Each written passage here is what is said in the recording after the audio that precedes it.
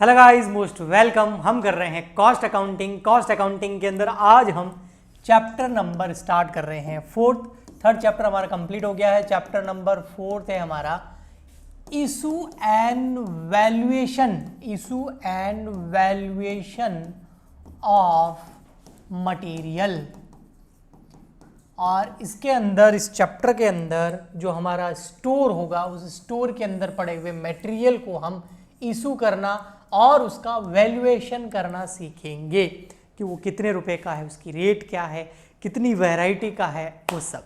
Okay और issue में भी हम सीखेंगे कि इशू कैसे करना है। फर्स्ट इन फर्स्ट आउट करना है, लास्ट इन फर्स्ट आउट करना है, एवरेज लगाना है या वेटेड एवरेज मेथड को यूज करना है। So issue and valuation of material या issue and valuation of stock या इन्वेंट्री के मेथड्स जो है वो बताते हैं आपको। तो किसी भी स्टॉक, इन्वेंट्री या मटेरियल को इशू एंड वैल्यू करने के जो मेथड्स है उसमें सबसे फर्स्ट मेथड आता है FIFO, जिसको हम बोलते हैं फर्स्ट इन फर्स्ट आउट। जो सबसे पहले आया है वो सबसे पहले जाएगा। सेकंड नंबर आता है इसके अंदर LIFO, जिसको हम बोलते हैं लास्ट इन फर्स्ट आउट। जो सबसे बाद में आया है वो सबसे पहले जाएगा। इसके अलावा कुछ मेथड होते हैं जिसमें होता है सिंपल एवरेज मेथड, ठीक है। एक कौन सा होता है? Simple average method. और एक होता है हमारा वेटेड एवरेज मेथड। मोटा मोटी यही होते हैं। इसके अलावा थोड़े बहुत कुछ और इधर उधर हो सकते हैं, लेकिन एग्जाम में क्वेश्चन जो है इन्हीं में से बनता है। तो कैसे हम स्टोर लेजर अकाउंट बनाते हैं और कैसे मटेरियल को इशू करते हैं और उसका वैल्यूएशन करते हैं, आइए एक न्यूमेरिकल क्वेश्चन से समझते हैं। और उस न्यूमेरिकल क्वेश्चन से आज हम समझने वाले हैं FIFO को, यानी कि फर्स्ट इन फर्स्ट आउट को। ये रहा आपके सामने क्वेश्चन। इसमें लिखा हुआ है X limited has purchase and issue the material in the following order. ये कुछ डेट दे रखी है कि 1 जनवरी को 300 यूनिट खरीदी, एक 3 रुपए की। 4 जनवरी को 600 यूनिट परचेज करी, 4 रुपए की पर यूनिट। ऐसे कैसे 10 जनवरी को, 20 जनवरी को भी परचेज करी है और उसके बाद में इशू भी करी है।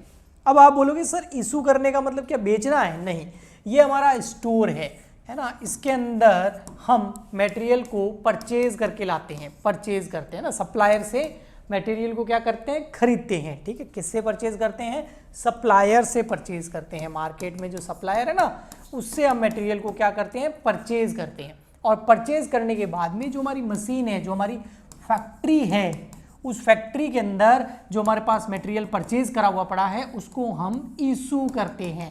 इशू करते हैं क्योंकि मशीन में जाएगा, तभी प्रोसेस होगा, तभी हम उससे फिनिश गुड्स बनाएंगे और फिर उस फिनिश गुड्स को आगे बेचेंगे।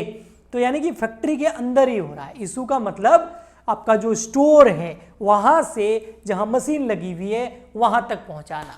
इशू का मतलब बेचने से नहीं है। ओके, ठीक। आइए अब हम यहां पर समझते हैं। Ascertain the quantity of closing stock on 31 January and state what will be its value if issue are made under the following method. और सबसे फर्स्ट मेथड हमारा कौन सा है? FIFO। अगर FIFO मेथड को हम यूज करें तो हमें 31 जनवरी को, ये 1 जनवरी का है ना, जनवरी मंथ का ये पूरा डेटा है। तो 31 जनवरी को जब जनवरी एंड होगा, मंथ एंड होगा, तो उस दिन हमारे पास जो स्टॉक पड़ा होगा वो कौन सा होगा? वो 3 रुपए वाला होगा, 4 रुपए वाला होगा या 5 रुपए वाला होगा? अच्छा, सब क्यों नहीं पड़े होंगे? क्योंकि काफ़ी सारी चीज़ें हमने फैक्ट्री में इशू कर दी होगी, मशीन में इशू कर दी होगी, ठीक है ना, ताकि फिनिश गुड्स बनाया जा सके। तो हमारे पास स्टोर में जो 31 जनवरी को स्टॉक पड़ा है उसकी क्वांटिटी कितनी है और कौन सी रेट वाला है, उसको हमें निकालना है FIFO मेथड से। इसके लिए आपको स्टोर लेजर अकाउंट बनाना पड़ेगा। क्या बनाना पड़ेगा? Store ledger account. तो स्टोर लेजर अकाउंट कुछ इस तरीके से बनता है, देखो यहाँ, ठीक है। इसमें मेन कॉलम बनाने हमको 3, ये है बैलेंस का, ये है हमारा इशू का कॉलम और ये है हमारा रिसिप्ट का कॉलम, और उसके पास में एक कॉलम है पर्टिकुलर का। इसको हम बोलते हैं स्टोर लेजर अकाउंट। क्या बोलते हैं? स्टोर लेजर अकाउंट, ठीक है। तो यहाँ हम पर्टिकुलर या डेट समझ सकते हैं, सबसे बेस्ट ये रहता है। अब पर्टिकुलर तो क्या आएगा? डेट लिखिए, डेट, कौन सी डेट, और उसके बाद में यहाँ आ जाएगा आपके पास में कितना रिसिप्ट हुआ, यानी कि आपने कितना परचेज किया। रिसिप्ट का मतलब यहाँ क्या है? परचेज से है। उसके बाद में आपने कितना इशू कर दिया, और उस डेट को आपके पास में कितना बैलेंस बच गया। तो पर्टिकुलर हर डेट का हम रिसिप्ट, इशू और बैलेंस कैलकुलेट करेंगे। अब रिसिप्ट, इशू और बैलेंस के अंदर भी कॉलम बनाने पड़ेंगे भैया। कौन कौन से कॉलम बनाने पड़ेंगे? तो 3 कॉलम बनाने पड़ेंगे। एक होगा आपका क्वांटिटी का, उसके बाद में एक कॉलम होगा छोटा सा रेट का, और एक होगा अमाउंट का। तो quantity, rate, amount, quantity, rate, amount, ये कॉलम बनेंगे आपके, ठीक है। तो देखिए फटाफट से लिख देता हूं, ये हो गया आपका क्वांटिटी, अब वो यूनिट्स हो सकती है, ये हो गया आपका रेट, और ये हो गया आपका अमाउंट या रुपीस। तो quantity, rate, amount, quantity, rate, amount, ठीक है। अब सबसे पहले देखते हैं ओपनिंग बैलेंस वगैरह तो नहीं है। अगर ओपनिंग बैलेंस वगैरह है तो सबसे पहले हमें वो बैलेंस लिखना पड़ेगा, लेकिन इस क्वेश्चन के अंदर कोई भी ओपनिंग बैलेंस नहीं है। होता तो क्वेश्चन में लिखा हुआ होता, ठीक है। तो सीधा 1 जनवरी को हम परचेज कर रहे हैं, मतलब रिसिप्ट कर रहे हैं। तो 1 जनवरी को 300 यूनिट रिसीव कर रहे हैं 3 रुपीज़ वाली।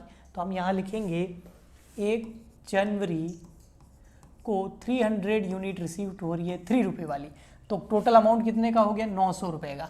इशू कुछ किया नहीं इस डेट को, सीधा बैलेंस आ गया 303 और 900। अब यहाँ कर दो आप टोटल, यहाँ क्या कर दो, अमाउंट की क्या कर दो बेटा, टोटल कर दो कि कितनी यूनिट है हमारे पास 300, कितने रुपए वाली, 3 रुपये वाली, और टोटल रुपए कितने हैं 900 रुपये। तो ये हो गया आपका रिसिप्ट का। ओके सर, इशू में क्यों कुछ नहीं लिखा? क्योंकि इशू हम 6 जनवरी को कर रहे हैं, तो 6 जनवरी जब तक नहीं आएगा तब तक हम परचेज ही कर लेते हैं। चलो, तो फर्स्ट हो गया, हमने परचेज कर लिया। फिर 4 जनवरी को और परचेज किया, कितना, 600 यूनिट 4 रुपये वाली। तो आइए जी, तो फिर हमने क्या किया, 600 यूनिट परचेज करी 4 रुपीज़ वाली 4 जनवरी को। तो यहाँ लिखेंगे 4 जनवरी। 600 यूनिट परचेज करी 4 रुपीज़ की एक, तो ये कितने हो गए 2400। यस, 600 इंटू 4 कर दो तो हो गया 2400 रुपये। ओके, इस डेट को कुछ किया नहीं है। हाँ, बैलेंस हमारे पास 300 यूनिट पहले से पड़ी है 3 रुपये वाली, वो पहले से पड़ी है 900 रुपये की, ठीक है। और कितनी आ गई हमारे पास 600 रुपये की 4 रुपये वाली, 2400 रुपये टोटल की। तो टोटल हमारे पास यूनिट कितनी होगी 900, और कितने रुपए की है।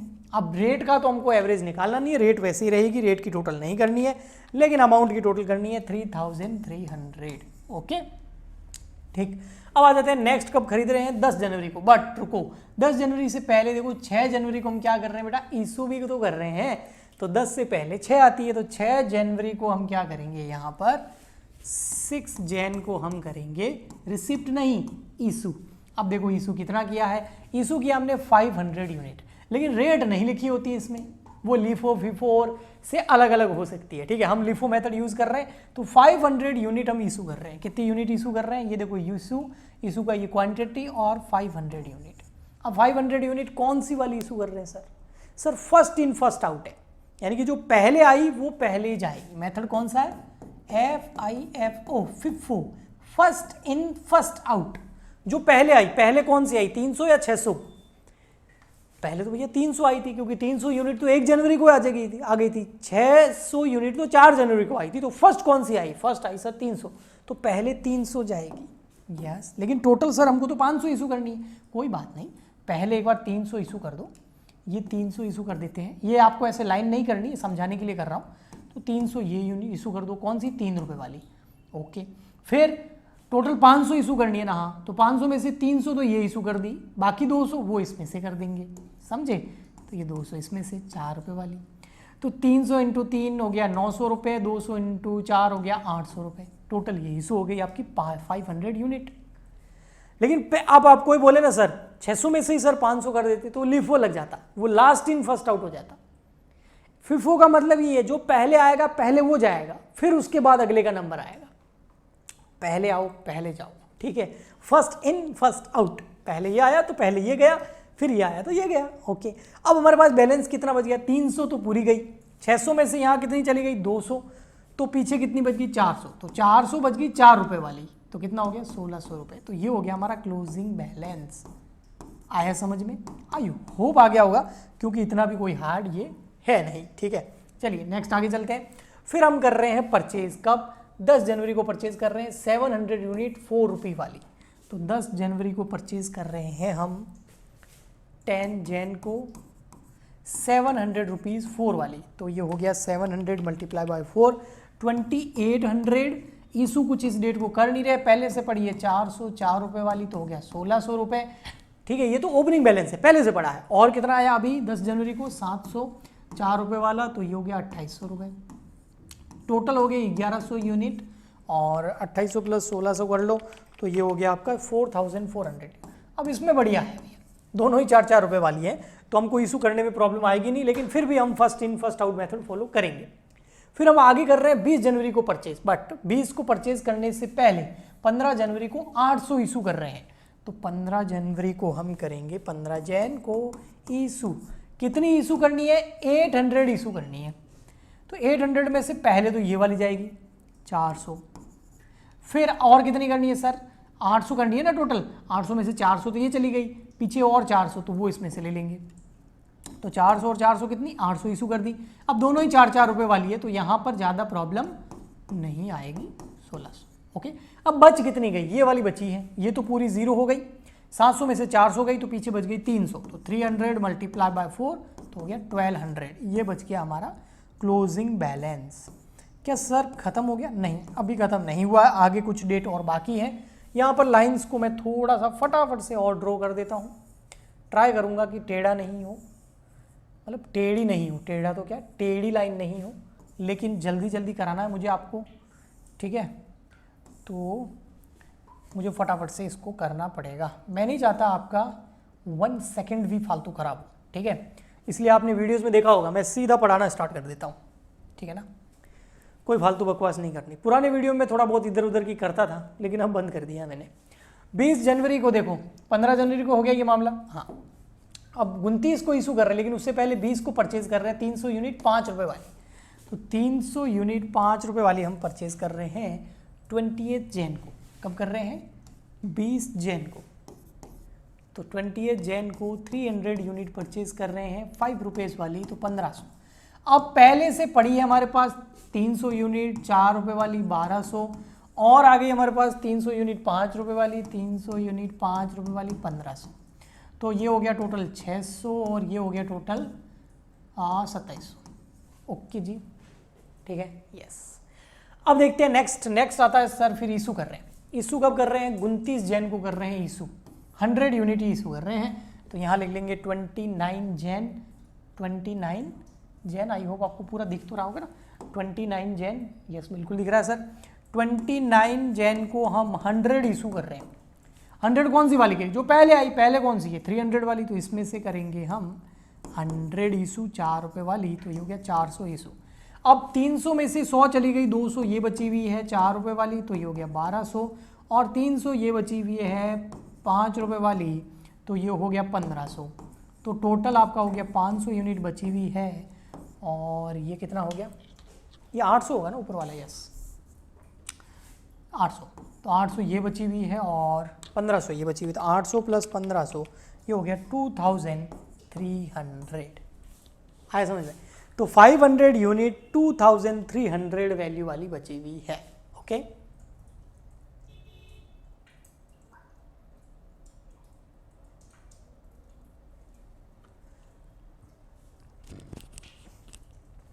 तो ये जो है, ये है आपका क्लोजिंग बैलेंस। क्लोजिंग बैलेंस का मतलब 29 जनवरी के बाद में ना तो रिसिप्ट हुई और ना ही इशू हुई। देखो कुछ भी नहीं हुआ है ना, परचेज करी थी हमने 20 को, तो रिसिप्ट 20 को हुई थी, लास्ट 29 को इशू हुई, उसके बाद 31 जनवरी तक कुछ भी नहीं हुआ।